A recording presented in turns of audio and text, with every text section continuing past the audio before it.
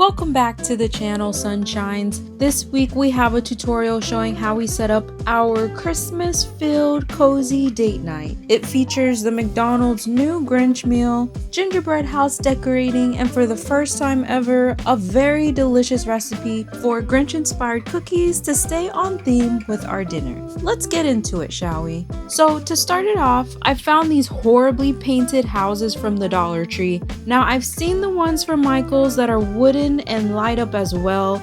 Those are a crowd favorite every year, but ever since I saw the horror videos of people finding wood-eating bugs in their wooden decor, honestly, I've been scared ever since. I've never been a big fan of wooden anything. I've also seen the homemade cardboard houses. While super cute, I need something sturdy so that I can reuse it every year. I'm going to slowly over the years build up a little homemade village because I don't feel like spending a lot when it comes to Christmas decor, but honestly, I also want it to be special to us. Now, these little houses I found, they take 2 AAA batteries, and for some reason, annoyingly, the battery compartment is screwed down. It seems a little extra for Dollar Tree plastic houses, but I'm just happy that these babies light up. So what we are going to do today is transform them into gingerbread houses. I found 3 different houses at the store, so I was super excited about that. Like I said, these are not high quality products, so whatever happens, happens. Or so I say now. I still had leftover white paint from when we made our peak costumes, so I used this as a base layer for my paint. I found this milk chocolate color that I thought would work well for gingerbread houses, and it's just your standard acrylic paint. For the snow icing part, this was all I could find at the store. It's one of the puffy paints that supposedly work on almost anything. I got at least a bottle for each house since it was a little under $2 for a bottle, not too bad. Also, I found this random sponge brush in my house and figured it'd be perfect for applying the paint. For this project, I don't want to see paint strokes, so instead of swooping, I was dabbing, and this helped with that. It also kind of gave like a gingerbread texture as well, so I recommend using this kind of sponge, which you can find in the stores pretty cheap, probably for like a few bucks. You'll see here that I did have to do multiple coats. I think it did about 2 or 3, I can't remember, but I wanted a good base for when I went in with the milk chocolate paint. Now when you're putting these layers down, make sure you're doing full coverage. If you miss a few spots, you will see it when you turn on the lights, so maybe even try painting with the light on to see what you need to touch up as you go. It was a little hard getting into the cracks, but if you have trouble, just really press into it with all of that pent-up anger after you found out that you were getting a 2% raise and a pizza party after making the company you work for a lot of money, but you don't ever see any of it on your paycheck. Oh, did I say that?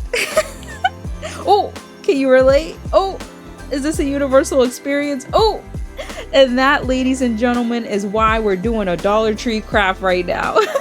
I'm just kidding, y'all.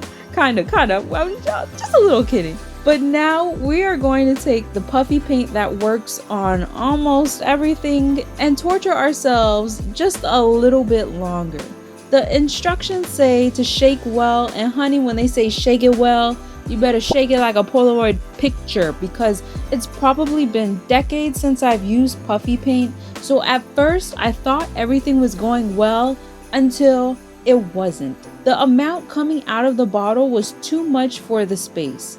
The shingles on the roof are so tiny that I had a hard time following the lines, and look now.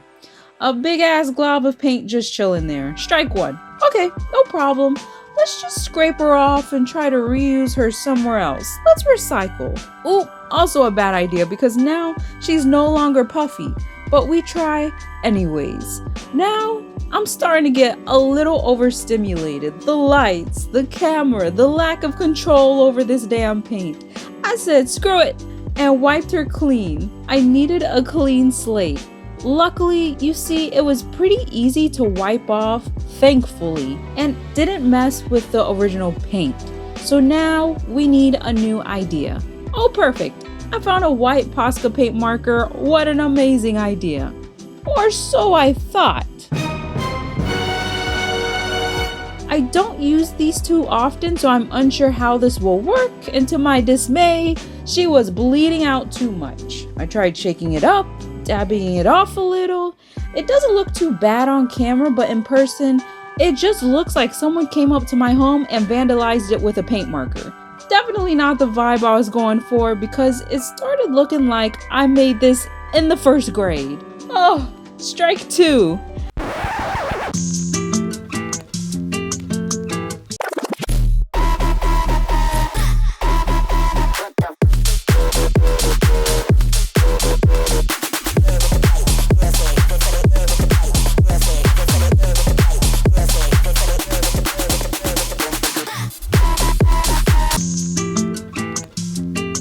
Now I am desperately trying to get this off, and it does come off, but not as easily as the puffy paint. So now I have to repaint the roof again because some of the marker wasn't coming off. Oh, wonderful. Let's try again. Doesn't even make sense, but I tried using a white gel pen. I was desperate, okay? Don't judge me. We don't all have great ideas sometimes, but the great thing about art is we can adjust when needed after having multiple meltdowns. So guess what? I covered her up again and acted like none of that just happened. I decided at that point to just work on a different section in the meantime. I had to use a toothpick to get in the small spaces because the tip of the puffy paint bottle was not small enough for the windows, but that worked out pretty well. What did not work out well was trying to paint the rest of the details with a dang toothpick.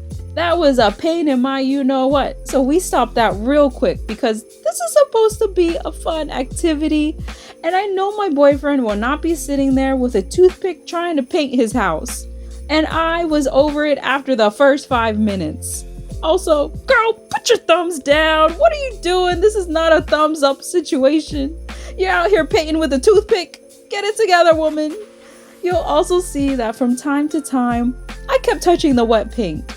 The instructions said to wait 4 hours laying flat. See, this is why things don't be working out. I'm too impatient. No, I don't want to wait 4 hours for it to dry. Yes, I want to complain after I screw it up because I didn't listen to the instructions. But I don't blame anyone but myself, okay? I accept the consequences. And here we go again. I touched it again. Oh, strike 4. Or maybe we're at 5. I don't know. I lost count. Now, after 10 years later of painting with this dang toothpick, I contemplated my life choices and got to work on the rest of the house. Now, I don't know if you've ever reached this point while crafting, but I reached my point of screw it. I'm just gonna do whatever the heck I want to do. In this moment, I realized, why am I stressing out over $1.25? Probably $1.50 house now. I don't know. I don't look at my receipts for this reason, because you know how Dollar Tree is right now.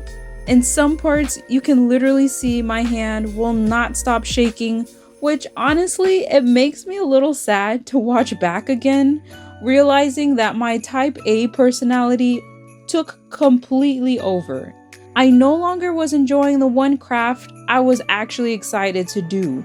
I took the joy out of this craft because I wanted it to be perfect.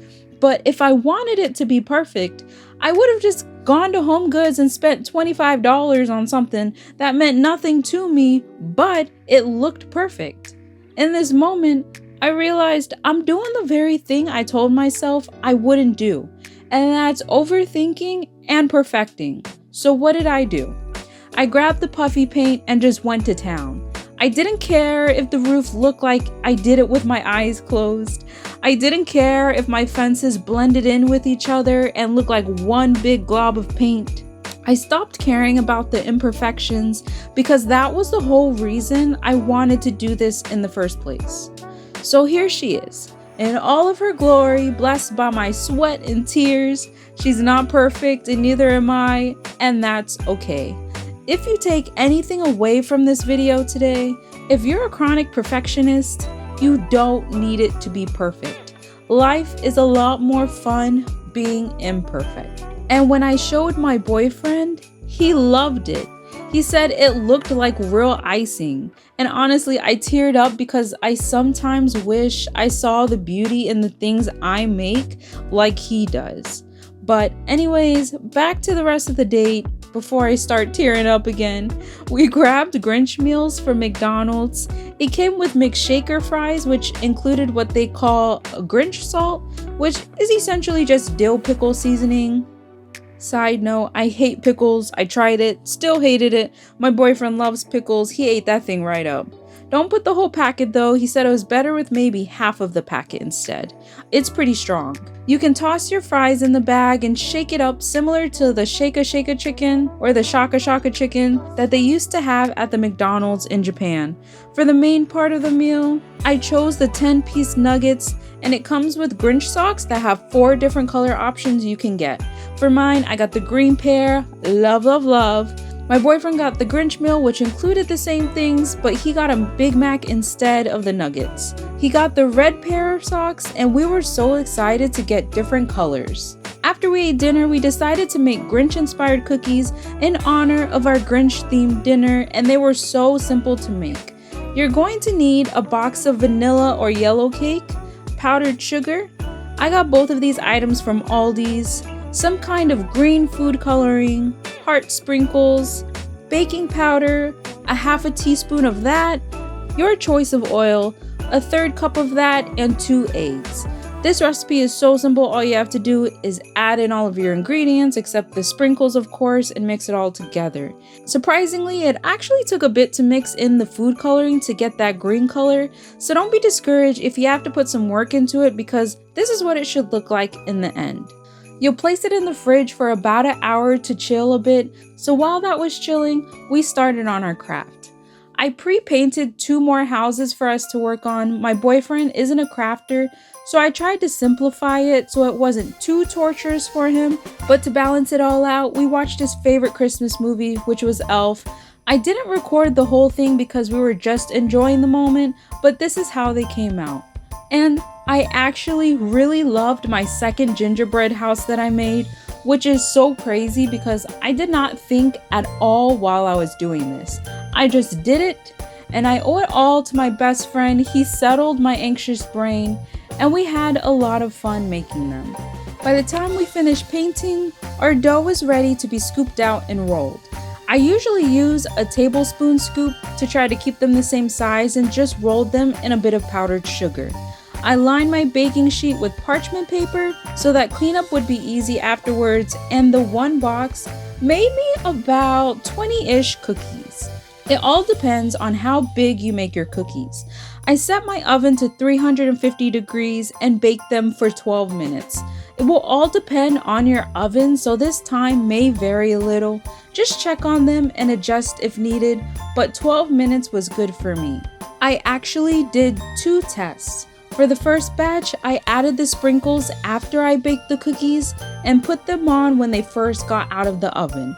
It's fine, but it was kind of hard pushing the sprinkles into the cookie, so my second batch, I added the sprinkles on top of the dough before I put them in the oven, and that worked so much better.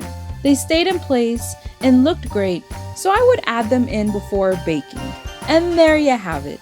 Our Christmas date night was so much fun, and the boyfriend was in love with the Grinch cookies. Warning, they are addicting and so soft even the next day, so proceed with caution. Also, like and subscribe if you'd like to see more content like this, and we hope you have an amazing, cozy-filled week. Love you guys, bye!